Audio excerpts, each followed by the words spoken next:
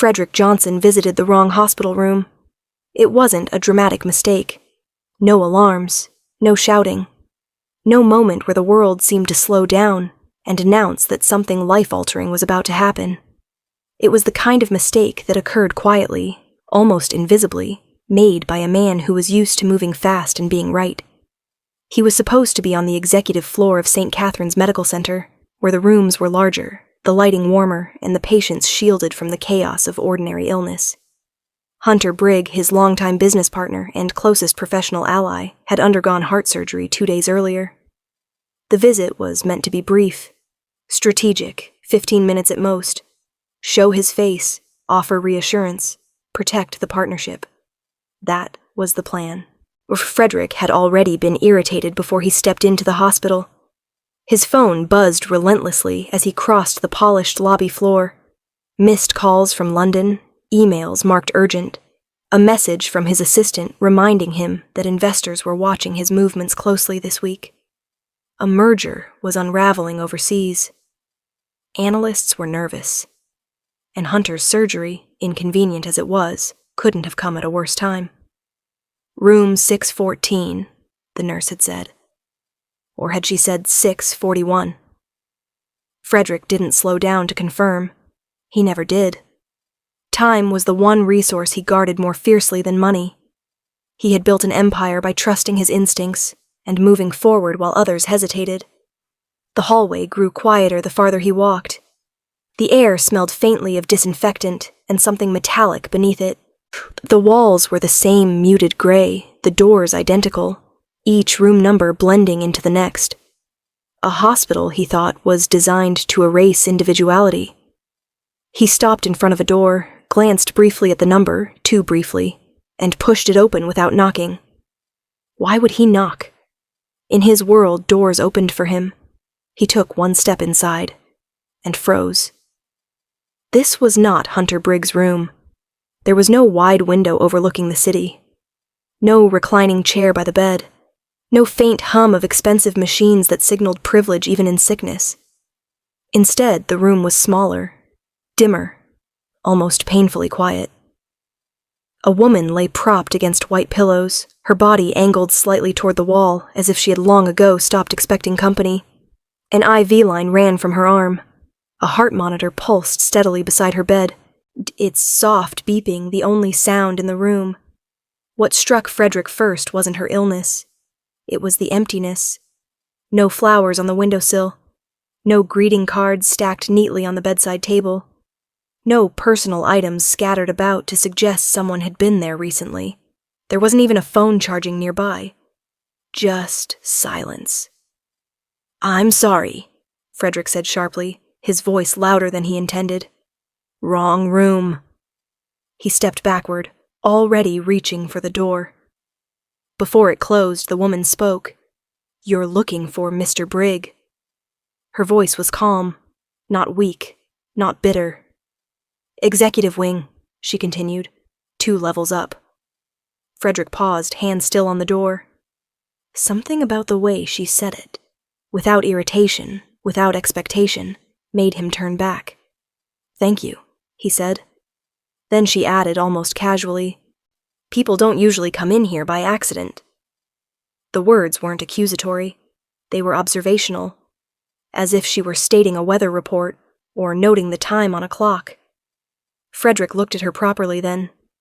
She was black, early 40s maybe, though illness made age difficult to guess. A patterned head wrap covered her hair, though he could see where it had thinned along her temples. Her face was drawn, her skin a shade too pale, but her eyes were sharp, deep, watchful, and impossibly tired. Not sad. Tired. "What's your name?" he asked before he could stop himself. "Veronica Scott." There was a brief silence, the kind that filled rooms when no one knew what was expected next. "No visitors today?" Frederick asked, immediately regretting the question. Veronica's lips curved into a faint smile. "Not today. Well, not most days." "How long?" The question slipped out of him, unplanned. She considered him for a moment. 63 days, she said. But who's counting? Something tightened in Frederick's chest, sharp and unfamiliar. "I should go," he said, shifting his weight. "You can," she replied, "but it was nice seeing a new face." There was no pleading in her tone, no attempt to hold him there. It was the kind of politeness that came from having learned not to expect more. Frederick nodded once and stepped back into the hallway. The door closed behind him with a soft click. He stood there for a moment longer than necessary, staring at the number on the door. He exhaled, straightened his jacket, and headed upstairs. The meeting with Hunter went exactly as planned. They discussed recovery timelines, reassured each other about investor confidence.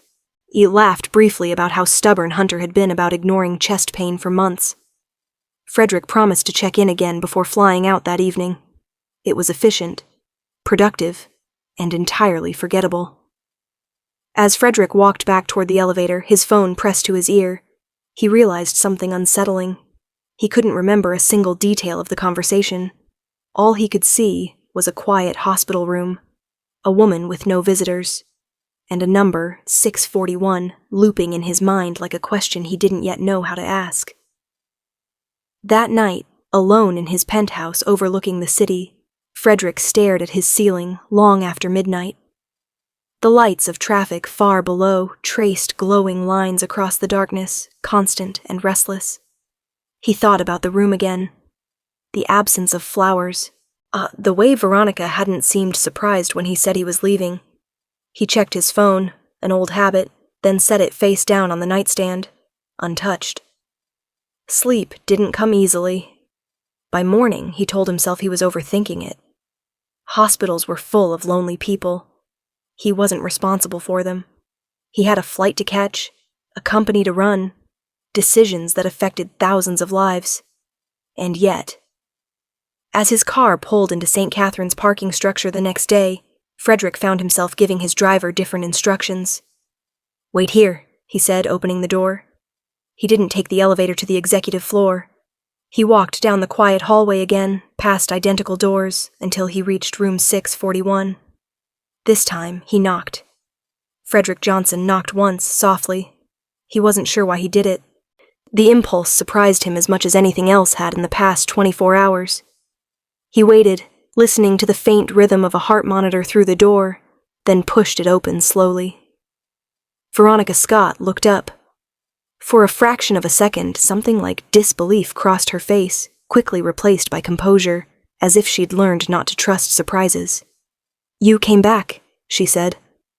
Frederick hesitated in the doorway, suddenly aware of how out of place he must look in his tailored suit amid the sterile stillness of the room. He held a modest bouquet of flowers in his hand, white and yellow, simple, almost apologetic. "I just wanted to confirm something," he said. She raised an eyebrow slightly. "Confirm what?" "That I was in the right place yesterday," he replied. Her lips curved into a small smile, one that didn't quite reach her eyes. "You were." He stepped inside, letting the door close behind him. The room felt the same as before. Quiet, sparse, untouched by the signs of frequent visitors. The flowers he carried seemed almost intrusive, too bright for the muted space. "I wasn't sure what kind you liked," he said, setting them carefully on the bedside table. "So I asked the florist for something neutral." "Neutral flowers?" Veronica repeated softly. "That's a first." She studied the bouquet for a moment, then looked back at him. "Thank you." The word wasn't heavy with gratitude. It was measured, sincere, and oddly restrained. Frederick realized she was accepting the flowers, not as a gift, but as an acknowledgement, proof that he hadn't imagined their brief encounter. He took a step closer, then stopped, unsure where to stand. "You don't have to stay," Veronica said gently, as if sensing his uncertainty. "I know," he replied, "but I'd like to. If that's all right." She nodded once. "It's your time." Frederick glanced at the empty chair beside her bed. It looked unused, like a prop that had long ago lost its purpose. He pulled it closer and sat down, the movement stiff, unpracticed. For a moment, neither of them spoke. The silence pressed in, not awkward exactly, but unfamiliar. Frederick was used to filling quiet spaces with agendas, data, or directives. Here, none of that applied. "How are you feeling today?" he asked finally. Veronica considered the question. "About the same," she said. "Which is to say, still here." He nodded, unsure how to respond. After a pause, she added, "They're adjusting my treatment schedule, in seeing what works." "What does that mean?" he asked. "It means I come in and out of tests," she replied calmly. "Some days are easier than others." She didn't elaborate, and he didn't ask her to. The restraint felt deliberate, an unspoken agreement not to let illness define the entire conversation. Frederick shifted in his chair. "Yesterday you said 63 days. "Yes." "You've really been alone that long?" Veronica leaned back against her pillows, her gaze drifting briefly toward the window. "Medical staff doesn't count," she said. "They're here because they're paid to be." "And family?" A pause. "My parents passed away years ago," she said evenly. "I have a sister in Europe. We talk sometimes. Different time zones, different lives." "Friends?" he asked, then winced at how blunt it sounded. "At first," she said. "People stopped by, were co-workers, neighbors, a few acquaintances who meant well." She shrugged slightly. "Then time passed, schedules got busy, conversations got awkward." Frederick frowned. "Awkward?" Veronica turned her eyes back to him. "Illness makes people uncomfortable," she said. "They don't know what to say, so they say they'll come back later." "Later never comes," he murmured. She smiled faintly. "Exactly." Frederick looked around the room again. The empty surfaces, the untouched chair, the absence of personal clutter. The realization settled in slowly and heavily. "This room," he said, gesturing vaguely. "It feels like no one's ever been here." Veronica followed his gaze. "Because no one has," she replied. "Not in the way that matters." The words lingered between them. He cleared his throat. "What did you do before all this?"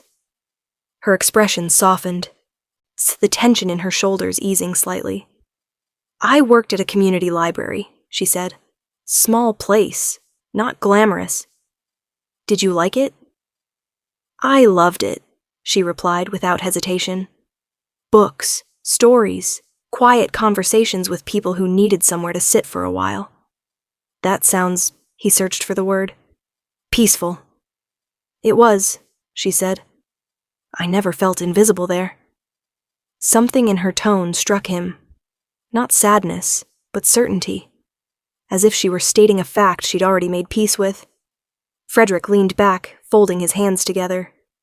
"I can't remember the last time I sat somewhere without being expected to perform," he said, surprising himself with the admission. Veronica glanced at him. "Perform how?"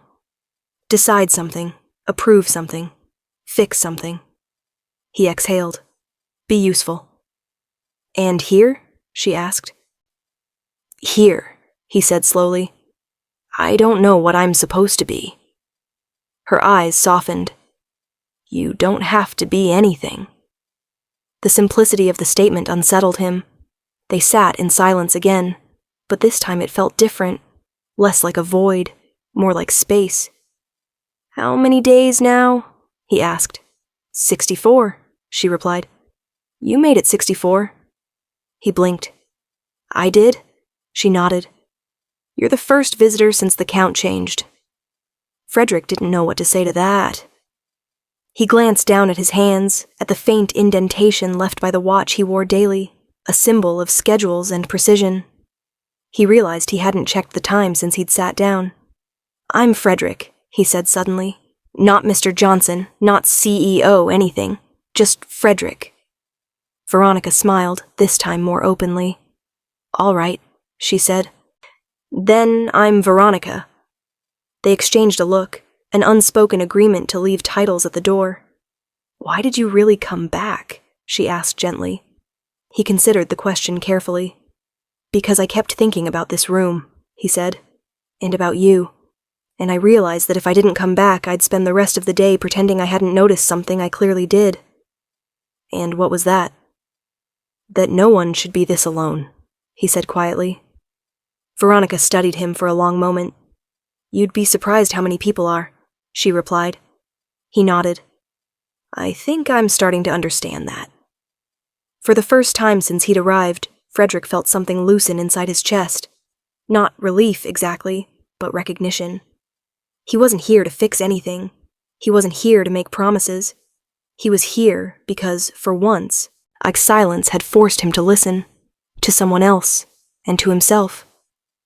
When he finally stood to leave, he hesitated near the door. I'll come by again, he said. It wasn't a promise, just a statement.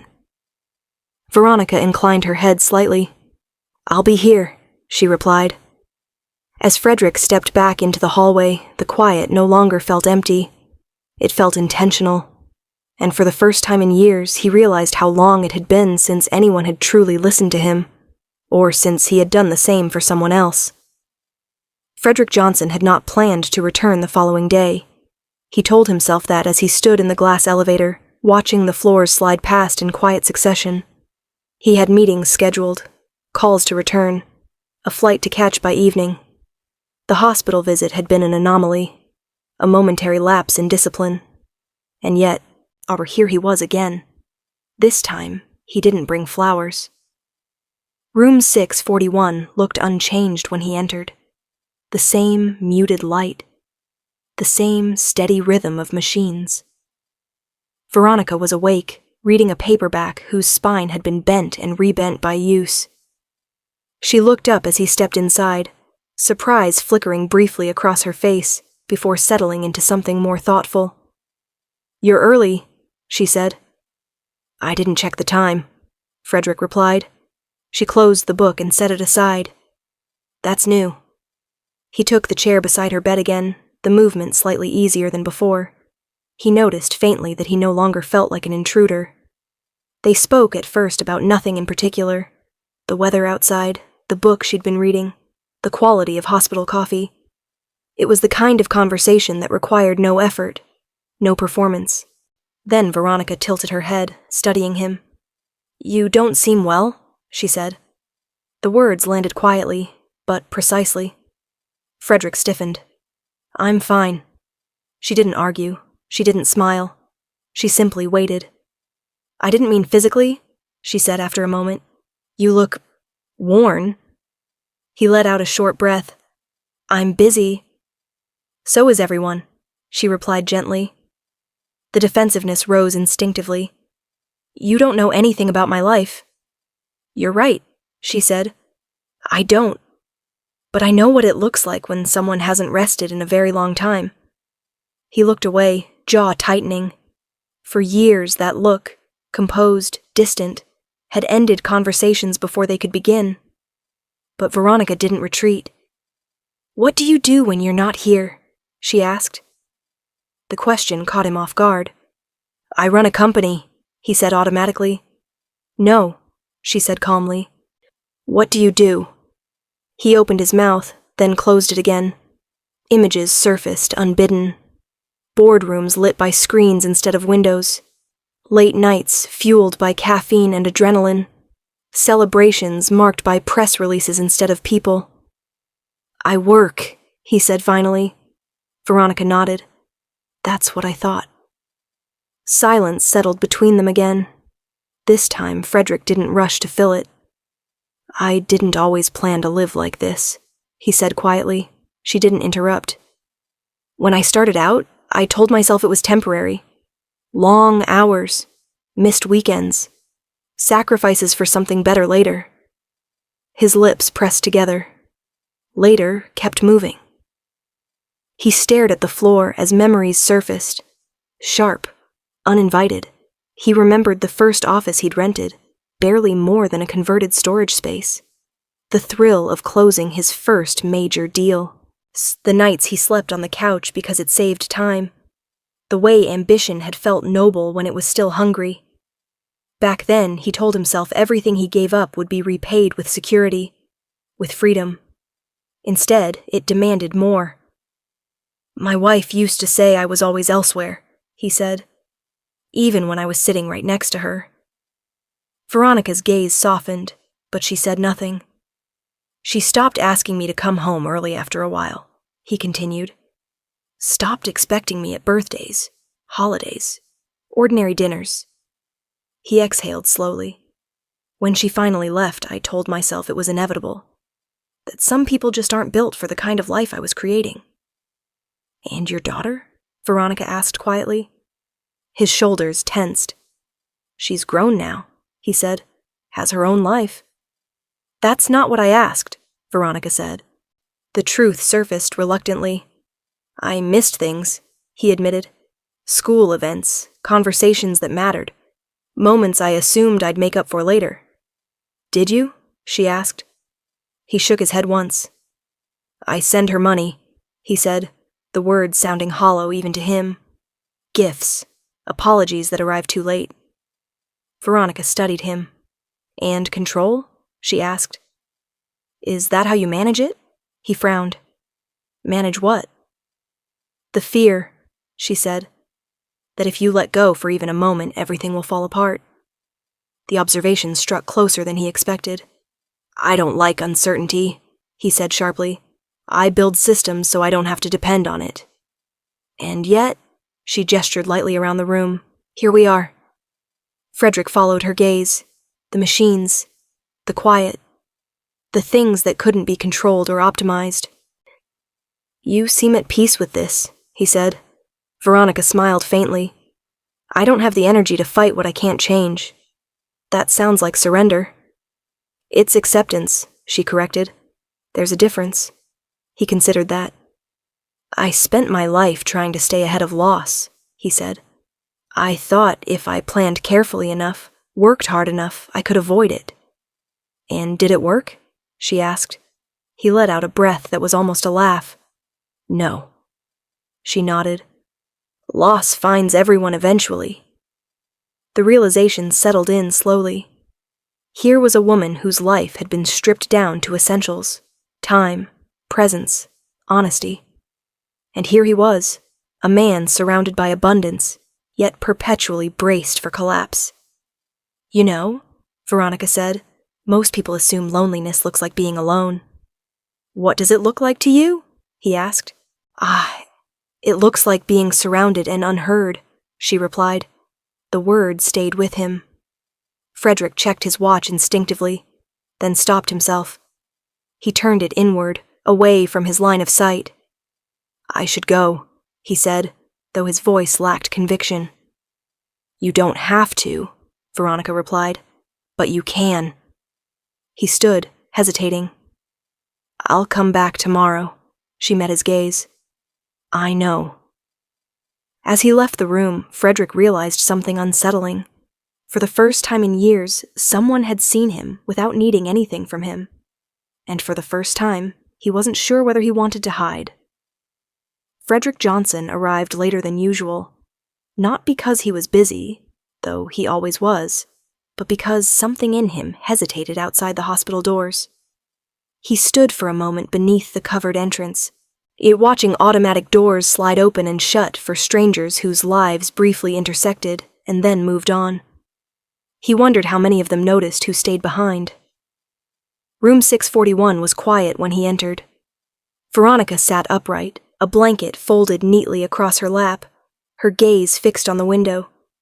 She didn't turn immediately when he came in, and for a brief, uncomfortable moment, he wondered if she had forgotten him. Then she spoke. "You're late." It wasn't an accusation, just a fact. "I know," he said. "I'm sorry." She nodded, still looking outside. 65 days now. Frederick closed the door behind him. "I thought you stopped counting." "I did," she said. "Then you came back." He took the chair beside her bed, the familiar scrape of metal against tile sounding louder than it should have. "I keep thinking about that number," he said. 63. "It's not the number that matters," Veronica replied. "It's what fills it." She finally turned toward him. Her expression was calm, but there was something heavier beneath it, an old weight, long carried. "You asked about my family," she said. "I didn't tell you everything." He waited. "My parents died when I was 26, she continued. "Car accident. One night they were there, the next they weren't." She paused. "You learn very quickly what people mean when they say, 'Life happens.'" "I'm sorry," Frederick said. "So was everyone else," she replied gently. "For a while." She folded her hands together. "My sister moved overseas not long after. New job, new life. We promised to stay close." A faint smile crossed her face. Promises are easier when nothing tests them. "And friends?" he asked. "At first, they were wonderful," Veronica said. "Meals, messages, sitting with me during appointments. They meant well." Her voice didn't waver. "They always do." "What changed?" "Time," she said simply. "And fear." Frederick frowned. "Fear of what?" "Of saying the wrong thing. Of seeing me get worse. Of realizing they could be next." She shrugged. "Illness reminds people that control is temporary." The words struck him sharply. "They stopped calling?" he asked. "They stopped showing up," she corrected. "Calling is easy. Showing up requires courage." She gestured toward the empty chair across from the bed. That one used to be occupied, every day. Then once a week. Then not at all.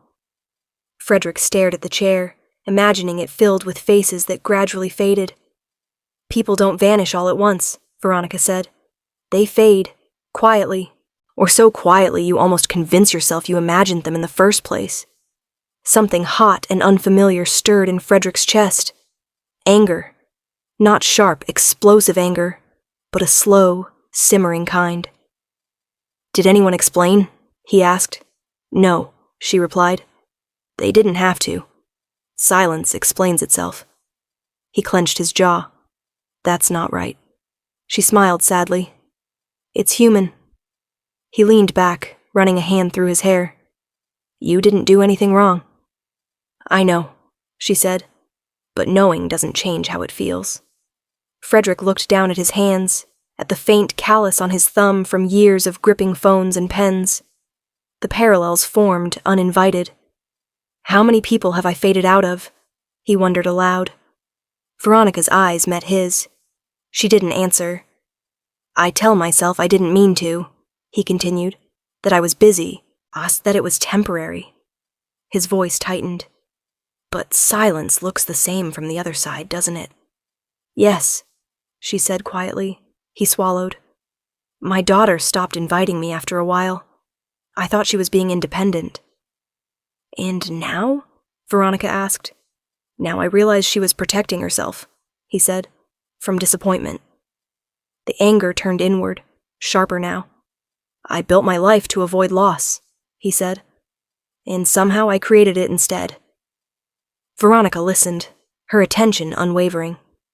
"Being sick makes you invisible in a particular way," she said. "Not because people don't see you, but because they don't want to." Frederick exhaled slowly. "I've done that." "So have I," she said, "before this." He looked up, surprised. "I avoided grief," Veronica continued. "I crossed the street to avoid difficult conversations. I postponed visits. I assumed there would always be time." She paused. There wasn't. The room felt smaller suddenly, as if the walls had edged closer. "I'm angry," Frederick admitted. "Not at them. At myself." She nodded. "That's usually where it belongs." He checked his watch without thinking, then stopped himself again. He turned it inward, out of sight. "I don't want to disappear from this," he said. Veronica studied him carefully. "Then don't." He met her gaze. "I'll come back tomorrow." She didn't smile. She didn't question him. "I know," she said. The certainty in her voice startled him. As Frederick stood to leave, the anger inside him hadn't faded, but it had changed shape. It wasn't looking for someone to blame anymore. It was asking for accountability. He paused at the door. "Veronica?" "Yes?" "Thank you," he said, "for telling me the truth." She inclined her head slightly. Truth is lighter when it's shared. Frederick stepped into the hallway, the door closing softly behind him. For the first time, the silence didn't feel empty. It felt like a promise. The first person to notice was Frederick's assistant. Not the board, not the investors, not even Hunter Brigg. It was Emily, who had managed Frederick's schedule for 7 years and could tell the difference between a delay and a deviation. She noticed it when she scanned his calendar one morning and paused longer than usual. A block of time had been added, not color-coded, not labeled with a client name or a city code. Just 2 words typed plainly into the system. Hospital. It appeared once, then again, then every day. When she brought it up, she did so carefully. So standing at the edge of his office while he reviewed reports he no longer seemed fully engaged with. "Sir," she said, "you've blocked 90 minutes each afternoon this week." "Yes," Frederick replied without looking up. "For the hospital," she clarified. "That's correct." Emily hesitated. "Is this temporary?" Frederick closed the folder in front of him. "Why?" "Because we've had to reschedule 2 calls with the Frankfurt team," she said. "And the board has noticed you declined the quarterly strategy briefing." "I read the summary," he said.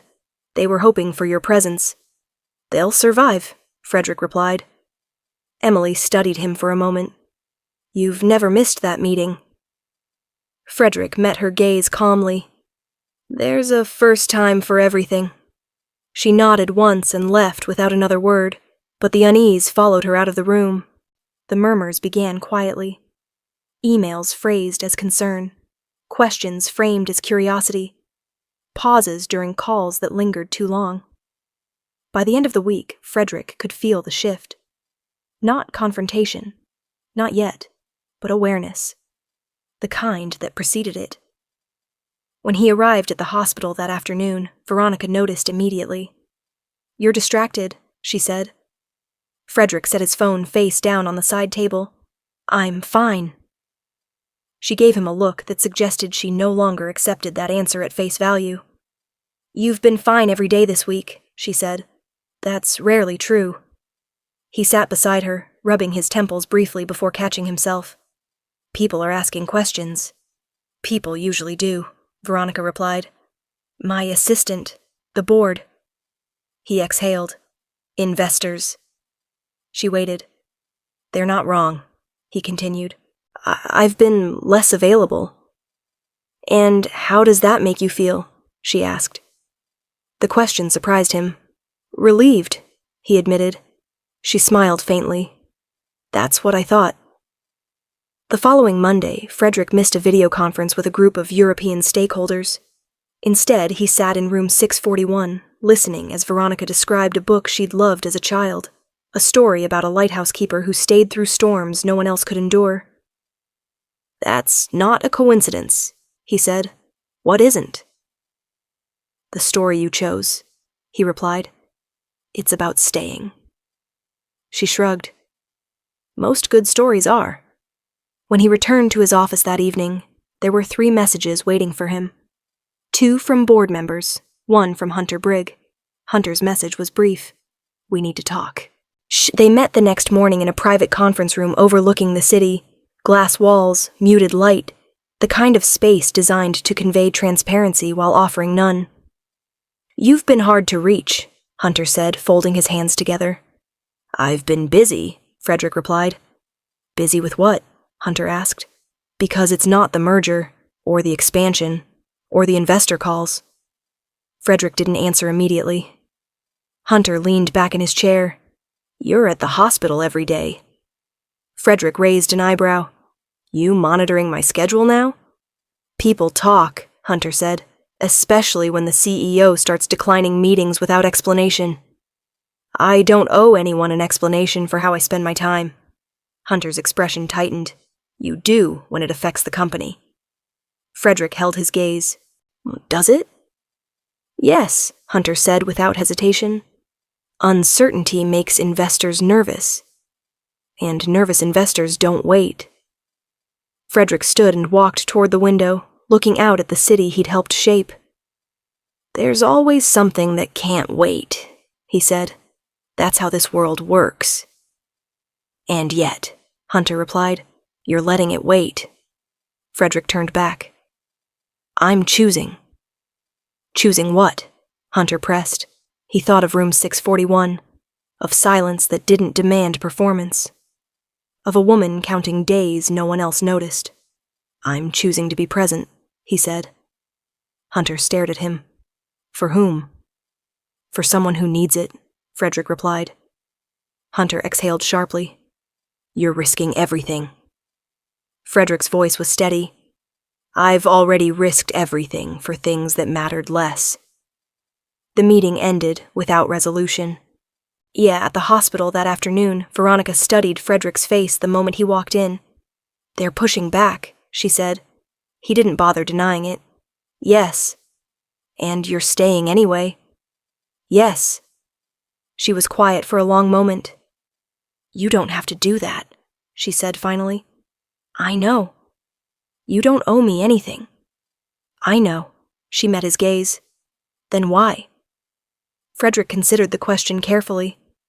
"Because every time I leave here," he said, "I feel like I'm returning to something real." Veronica's expression softened, but beneath it, something else surfaced. Concern. "You're paying a price," she said. "So are you," he replied. She shook her head. "Mine was paid before you arrived." The words lingered. He checked his watch instinctively, then stopped, smiling faintly at himself. He turned it inward again. "I'll come back tomorrow," he said. Veronica nodded. "I know." As Frederick left the hospital that evening, his phone buzzed with another message. This one from the board. "We need to discuss your availability." He slipped the phone into his pocket without responding. Every choice had a cost. For the first time in his life, Frederick Johnson was willing to pay it. The nurse was the first to say it out loud. Not bluntly, not cruelly. Just carefully, like someone placing a fragile object on a hard surface and hoping it wouldn't crack. "Mr. Johnson," she said, adjusting the chart in her hands. "The doctor would like to speak with you." Frederick nodded once and followed her into the hallway. The doors to room 641 slid shut behind them with a soft, final sound. Dr. Collins was waiting near the window at the end of the corridor, his posture composed in the way of someone practiced at delivering unwelcome truths. He didn't rush. He never did. "The current treatment isn't producing the response we hoped for," the doctor said. Frederick felt the words before he understood them. "What does that mean?" "It means the markers haven't improved," Dr. Collins replied. "In some areas, they've worsened." Frederick's jaw tightened. "So, we adjust." "We've already adjusted," the doctor said gently. "We've exhausted the standard protocols available under her coverage." Frederick stared at him. "Coverage?" "Yes," Dr. Collins said. "Insurance." The word sounded foreign in his mouth. "There are limits," the doctor continued. "We've reached them." Frederick's anger flared, not sharp, but cold and focused. "Then we go beyond them." Dr. Collins hesitated. "There is an experimental option." Frederick didn't let him finish. "How much?" The doctor studied him for a moment. "That's not the first question most people ask." "It's the only one that matters," Frederick replied. The number came calmly, almost casually. It was more than most people earned in years, more than most families ever saw. Frederick didn't blink. "Do it," Dr. Collins raised a hand. "There are approvals, ethical boards, logistics." "I'll handle them," Frederick said. "Today." The doctor's voice softened. "There are no guarantees." Frederick met his gaze. "There never are." When Frederick returned to room 641, Veronica knew immediately. "You have that look," she said. "What look?" The one people get when they're trying to sound calm while holding something heavy, she replied. He pulled the chair closer and sat. The treatment isn't working the way they hoped. She nodded slowly. I figured. There's another option, he said. Experimental, aggressive, and expensive, she added. Yes. How expensive? She asked. He told her. Silence followed. Not the easy kind they'd grown used to, but something taut and brittle. No, Veronica said. Frederick frowned. No? I won't do it, she said, her voice steady. Not like that. He leaned forward. This could help. It could also fail, she replied. And then what? Then we try something else. There is no something else, she said quietly. That's the point. He ran a hand through his hair. Why are you refusing? Because I'm not your project, she said. And I'm not your responsibility. The words landed harder than he expected. I didn't say you were. You don't have to, Veronica replied. You show it in the way you talk about this, as if it's something to be solved. Frederick's voice sharpened. Because it is. She shook her head. I'm not a broken system. He stood abruptly, pacing once before stopping himself. I can afford this. That's not the issue, she said. What is the issue then? He demanded. My dignity, Veronica replied. I've already lost so much. I won't lose that, too. Frederick stared at her, chest rising and falling. You think this is charity, he said. I think it feels like it, she replied. He took a breath, forcing himself to slow down. Listen to me. She met his gaze. You're not a responsibility, he said quietly. You're a person. The room felt suddenly still. I'm not doing this because I feel obligated, he continued. I'm doing it because you matter. Veronica looked away, blinking rapidly. You shouldn't have to convince me, she said. I'm not convincing you, he replied. I'm telling you the truth. She was silent for a long time. What happens when this costs you more than you expect? She asked. Frederick answered without hesitation. Then I'll pay that too. The certainty in his voice frightened her more than the illness ever had. You don't understand, she said. Once you cross that line, there's no going back. I know, he replied. She studied him, really studied him, as if seeing past the suit, past the control, past the life he'd built. This changes everything, she said. Yes, Frederick agreed. It does. That night, after she finally nodded, after consent forms were signed and plans set in motion, Frederick sat alone in his car for a long time before turning the engine on. He knew what he'd done. He had stepped beyond presence, beyond kindness, beyond the safe boundary of concern. He had chosen involvement. There would be no pretending this was temporary now, no claiming neutrality, no quiet exit if things became inconvenient. As he drove away, his phone buzzed with messages, missed calls from the board, from Hunter, from people whose expectations he'd once prioritized above all else. He didn't check them. Frederick Johnson had crossed the point of no return. The first calls began before sunrise.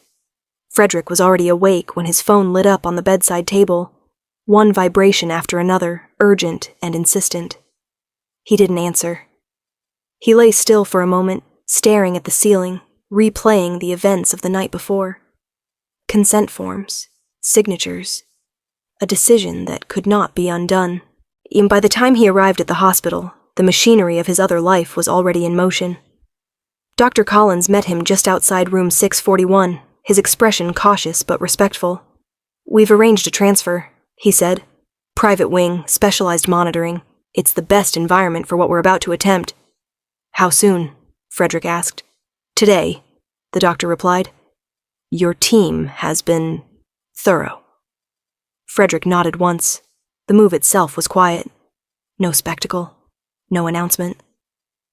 Veronica was wheeled through back corridors away from the public elevators, her expression composed but watchful. "This feels excessive," she murmured. "It's appropriate," Frederick replied. She studied him as the orderly adjusted her blanket.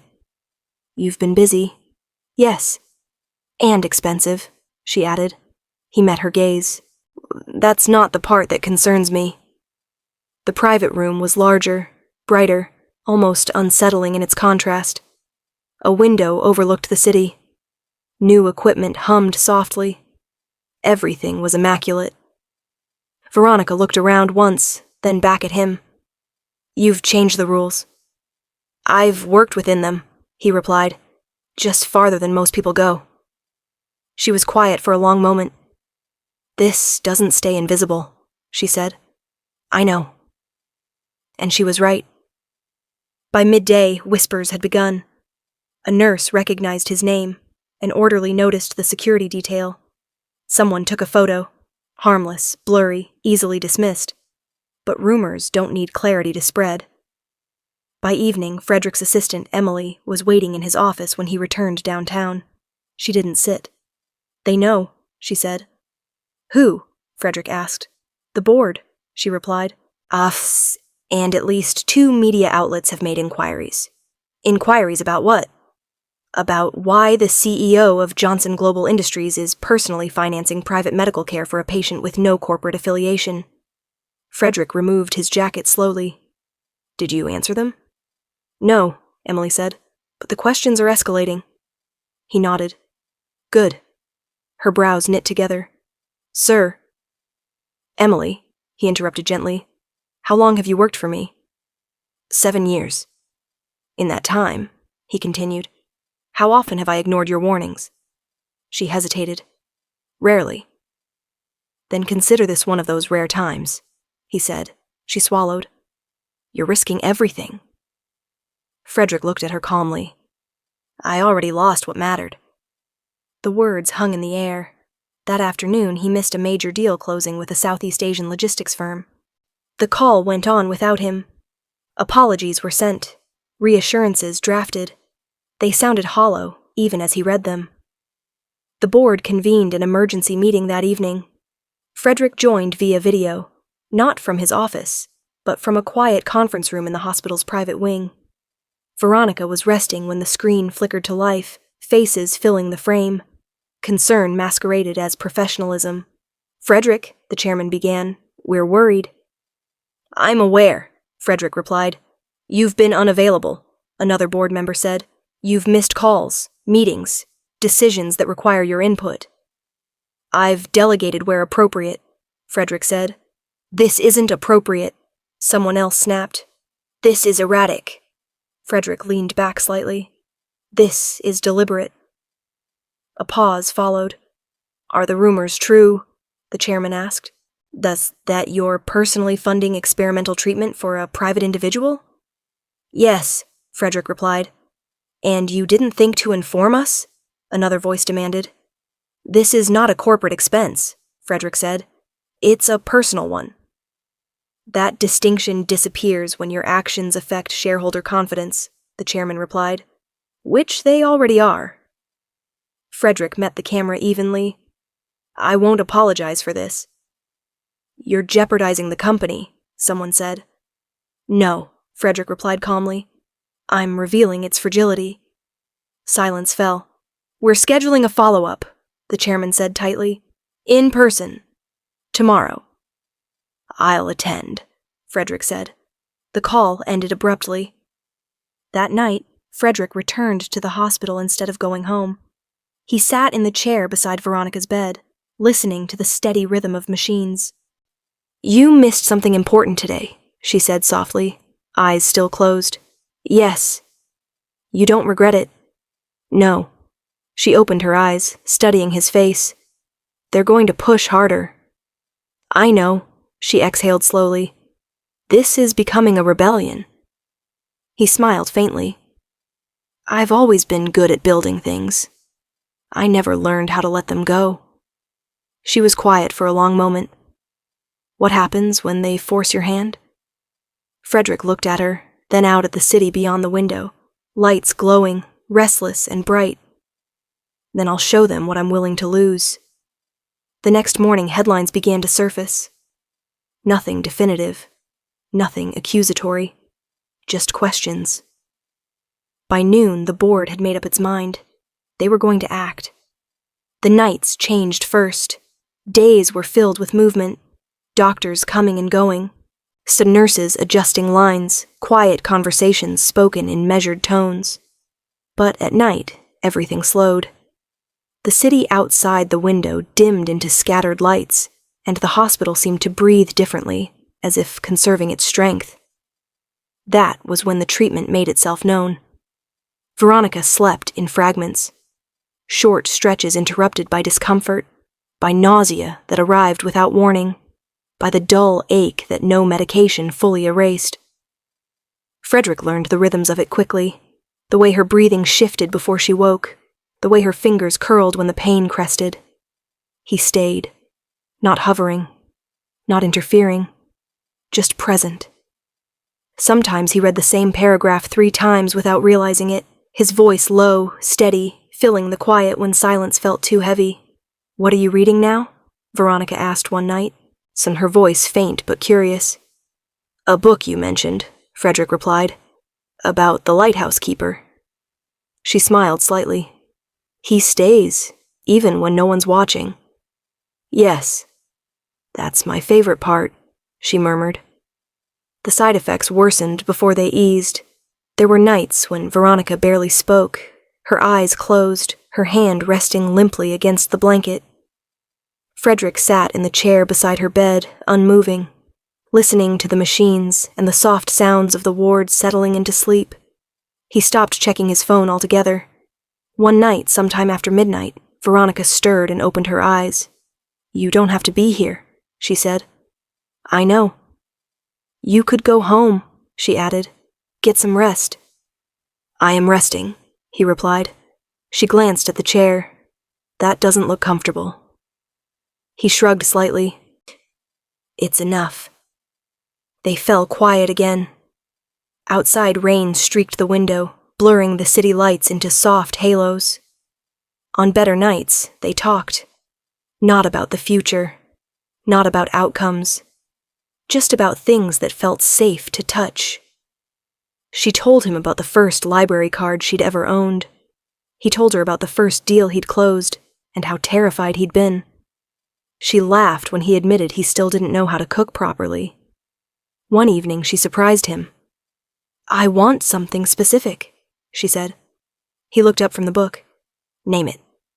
"Mac and cheese," she said. "The kind with too much butter." He blinked. "Hospital food?" She made a face. "Absolutely not." Frederick stood without hesitation. "I'll be back." When he returned an hour later, carrying a small container that smelled unmistakably comforting, Veronica stared at him in disbelief. "You didn't have to do that." "I wanted to," he replied. She managed only a few bites, but she smiled the entire time. "This," she said softly, "feels normal." Frederick felt something loosen in his chest. That night, exhaustion finally claimed him. He fell asleep in the chair beside her bed, his head tilted awkwardly against the wall. He woke hours later to the faint sound of movement. Veronica was watching him. "You fell asleep," she said. "So did you," he replied. She studied him for a long moment. "Why are you still here?" The question wasn't accusatory. It wasn't curious. It was honest. Frederick considered answering. He could list reasons: duty, compassion, responsibility. But none of them felt true enough. Instead, he looked around the room, at the quiet, at the woman who no longer felt like a stranger. "Because this is real," he said. She nodded slowly, as if that was the answer she'd been waiting for. The longest nights passed one by one, and Frederick Johnson, who had spent his life chasing what came next, finally learned how to stay. The news arrived without ceremony. No dramatic pause, no triumphant expression. Just a knock at the door and a familiar voice asking if they could come in. Frederick was half asleep in the chair beside Veronica's bed when Dr. Collins entered, a tablet tucked under his arm. The morning light filtered softly through the window, pale and tentative, as if unsure whether it was welcome yet. "Good morning," the doctor said. Veronica stirred, blinking slowly. "That depends," she replied. Dr. Collins smiled faintly. "I have the latest scan results." Frederick straightened immediately. The doctor didn't rush. He never did. "We're seeing changes," he said. "Small, but measurable." Veronica's fingers tightened slightly against the blanket. "What kind of changes?" "The markers we've been tracking have decreased," Dr. Collins replied. "Not across the board, but enough to suggest the treatment is having an effect." Frederick held his breath. "We're not calling it a turnaround," the doctor continued carefully. "And it's far too early to make predictions. But this," he gestured to the screen, "this is not what we saw last time." Silence filled the room. Veronica looked from the doctor to Frederick, searching their faces as if expecting someone to contradict what she'd heard. "So," she said slowly, "that's good?" Dr. Collins nodded. "It's encouraging." The word landed gently, but firmly. Encouraging. Veronica exhaled, a long, trembling breath she seemed to have been holding for weeks. Her shoulders sagged and suddenly her face crumpled, not in fear, not in despair, but in something far more fragile. Relief. Tears spilled quietly down her cheeks, unaccompanied by sobs or sound. She lifted a hand to her face, as if surprised by the sensation. "I didn't realize how heavy it was," she whispered. Frederick moved instinctively, placing a hand over hers. He didn't speak. There was nothing to add. Dr. Collins gave them a moment before continuing. "We'll proceed cautiously, continue monitoring, adjust as needed." "Of course," Frederick said. After the doctor left, the room felt different. Not lighter exactly, but less closed in. As if the walls had shifted, making room for something unnamed. Veronica wiped her cheeks and laughed softly. "I wasn't prepared for that." "For what?" Frederick asked. "For feeling hopeful," she said. "It sneaks up on you." He smiled. "Does it scare you?" "Yes," she admitted. "A little." They sat quietly for a while, the city outside slowly waking, sunlight stretching farther across the floor. Later that afternoon, Frederick stepped outside the hospital for the first time in days. The air felt sharper, clearer. He stood on the sidewalk, hands in his pockets, and simply watched people pass. Nurses heading off shift, visitors clutching coffee cups, strangers absorbed in their own lives. For once, he felt no urgency to check his phone. When he returned, Veronica was awake, flipping idly through a magazine. "You're smiling," she observed.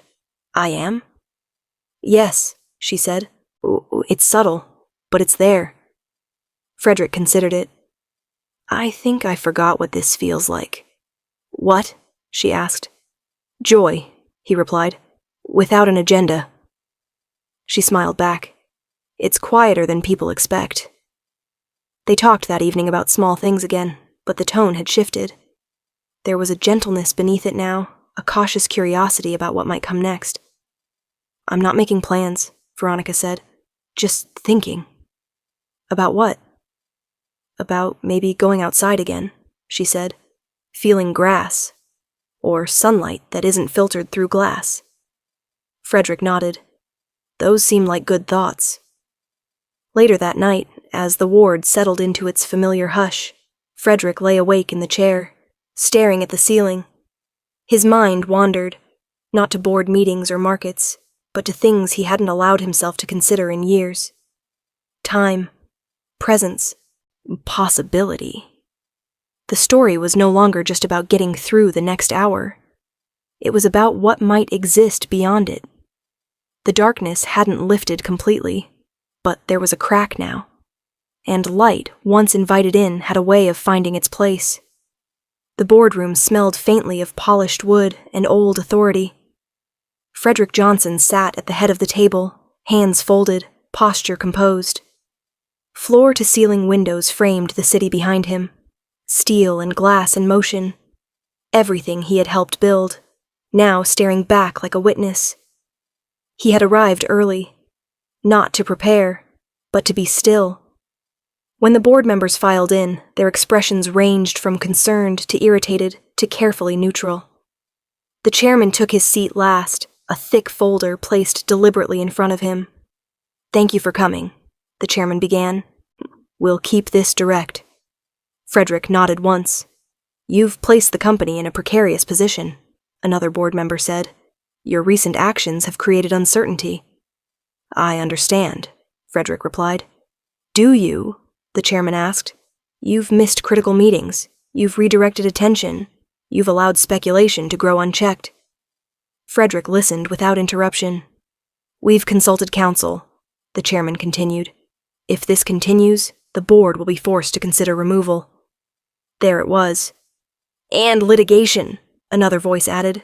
"Shareholder suits, breach of fiduciary duty." "Not to mention reputational damage," someone else said. "This story, whatever it becomes, will follow you." Frederick remained silent. "You're risking the company," the chairman said, "and yourself." Frederick finally spoke. I hear your concerns." "That's not an answer," the chairman snapped. "It's the beginning of one," Frederick replied calmly. "But if you're expecting me to justify compassion in quarterly terms, I won't." The room went still. "This isn't about compassion," the chairman said tightly. "It's about governance." "It's about priorities," Frederick said, "and mine have changed." "You can't simply change priorities," a board member scoffed. "You have obligations." "Yes," Frederick said, "I do." "To us," the chairman said. Frederick met his gaze. "To myself first." The meeting ended without resolution. They gave him 48 hours. When Frederick returned to the hospital that evening, he found Veronica awake, sitting up, her expression unreadable. "You were gone longer today," she said. "Yes." "They came after you," she said quietly. It wasn't a question.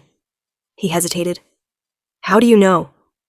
"I heard nurses talking," she replied. "And I can read your face now." He sat beside her. "They want me to step back. Or step down." Her shoulders tensed. "Because of me."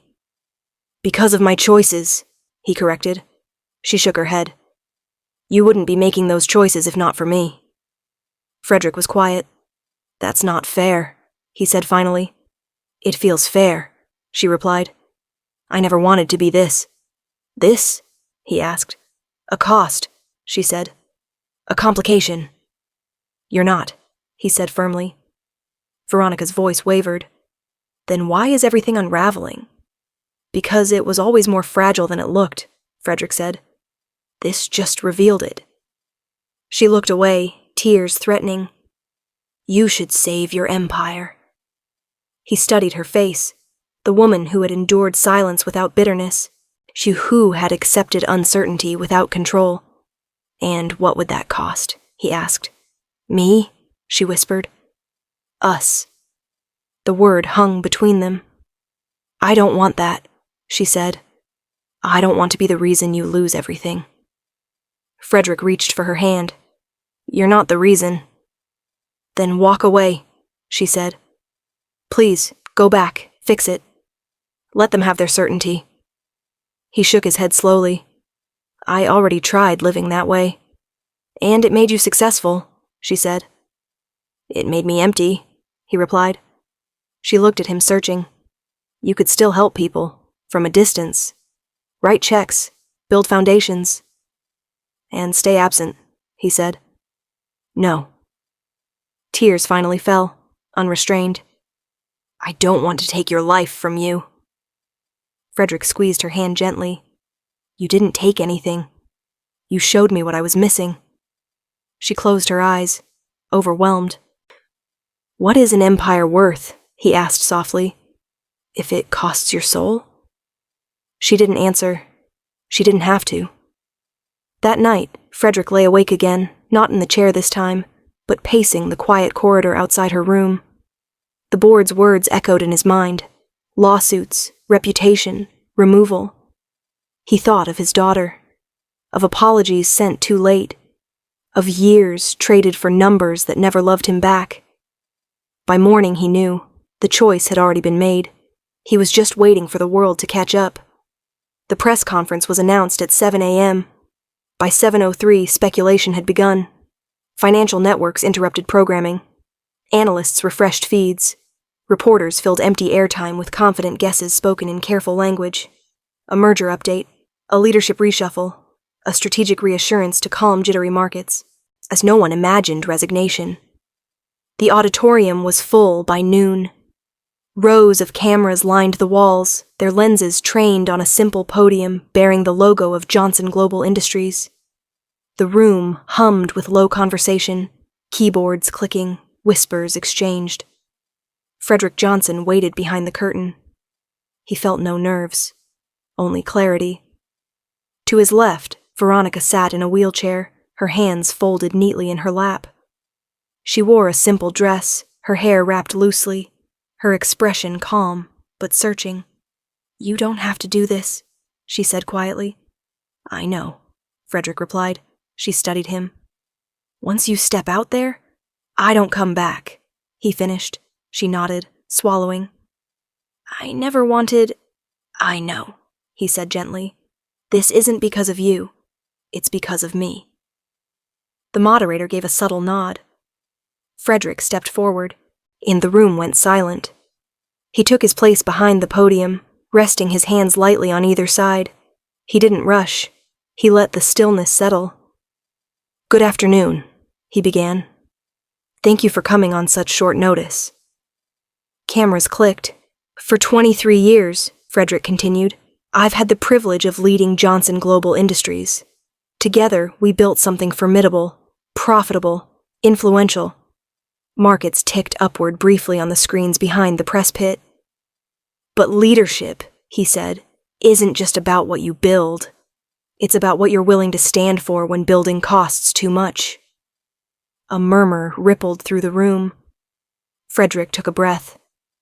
Effective immediately, I am resigning as CEO of Johnson Global Industries. The silence shattered. Voices rose, cameras surged forward.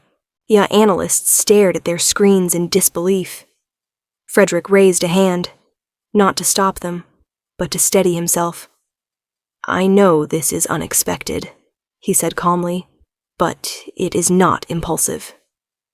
He turned slightly and gestured toward Veronica. This is Veronica Scott. The cameras followed his movement. 6 months ago, Frederick continued, I visited the wrong hospital room. A few reporters glanced at one another. I met a woman with no visitors, no advocates, no safety net. Veronica lowered her gaze, overwhelmed. In that room, Frederick said, I saw something I had avoided for years. What happens when people become inconvenient, when compassion has no witness. The room was utterly still. Today, he continued, I am announcing the launch of the Veronica Scott Initiative. Gasps, rapid typing. A privately funded foundation dedicated to providing medical care, emotional support, and advocacy for patients who face serious illness alone, without family, without financial backing, without a voice. Reporters shouted questions. Frederick waited. I will be redirecting a significant portion of my personal wealth to this initiative, he said, not as charity, but as responsibility. Are you abandoning your shareholders? Someone shouted. Frederick met the question head-on. I am choosing to be accountable, he said, to people, not just portfolios. Another voice cut through. What about the board? The lawsuits? Frederick didn't hesitate. They can have the title. They cannot have my purpose. The room erupted. Veronica gripped the armrests of her chair, tears slipping silently down her cheeks. Or Frederick looked back at her once, just once, then returned his gaze to the crowd. I walked into the wrong room, he said, his voice steady, unmistakable, and found the right life. That was the line, the one that would be replayed endlessly. Markets plunged within minutes. Headlines exploded across screens. Billionaire CEO steps down unthinkable resignation. Shakes Wall Street from boardroom to bedside. Frederick stepped away from the podium. The noise faded behind him. He knelt briefly in front of Veronica, meeting her eyes. "Are you okay?" She nodded, unable to speak. As they were escorted out through a side exit, chaos continued inside, the world scrambling to understand a choice that made no sense by its rules. Outside, the air was quiet. Frederick paused, breathing it in. For the first time in decades, there was nothing he was expected to say next, nothing he had to fix, nothing he had to prove. He had already chosen. The foundation did not change the world overnight. It began the way most meaningful things do, quietly, imperfectly, without applause. An office space was secured 3 blocks from the hospital. A small staff assembled. Policies were written, rewritten, and rewritten again. There were mistakes, delays, learning curves no press conference had prepared anyone for. But people came. A man with no next of kin. A woman whose insurance ended too soon. A young patient whose family lived too far away to stay. The Veronica Scott Initiative became a place where absence was noticed. Veronica continued treatment. Some days were easier than others. Some scans offered encouragement. Others required patience. And nothing was guaranteed. Nothing was promised. But she was no longer alone. Frederick attended appointments not as a benefactor, but as a presence. He learned when to speak and when silence was the better offering. He learned that showing up didn't require solutions, only consistency. His life changed in ways no headline could summarize. The penthouse was sold. The car collection dispersed. The schedule simplified. He moved into a modest apartment within walking distance of the hospital. He learned to cook badly, then slightly better. He slept through the night more often than not. And for the first time in years, he listened. The call from his daughter came unexpectedly. "Hi," she said, cautious but willing. "Hi," he replied. They talked about ordinary things at first. The weather, her work, the small annoyances of daily life. No apologies yet. No demands. Just conversation. It was a beginning, not a resolution. One afternoon, Frederick sat with Veronica in the hospital garden, autumn light filtering through the trees. She watched a nurse help another patient along the path, their pace unhurried. "Do you miss it?" she asked. "What?" Frederick replied. "The power," she said. "The influence." He considered the question carefully. "No," he said. "I miss who I thought I had to be to deserve it," she smiled. "You stayed." "Yes," he replied. "I finally learned how." They sat in companionable silence, the city humming softly beyond the walls. Sometimes purpose doesn't come from winning. Sometimes it comes from staying,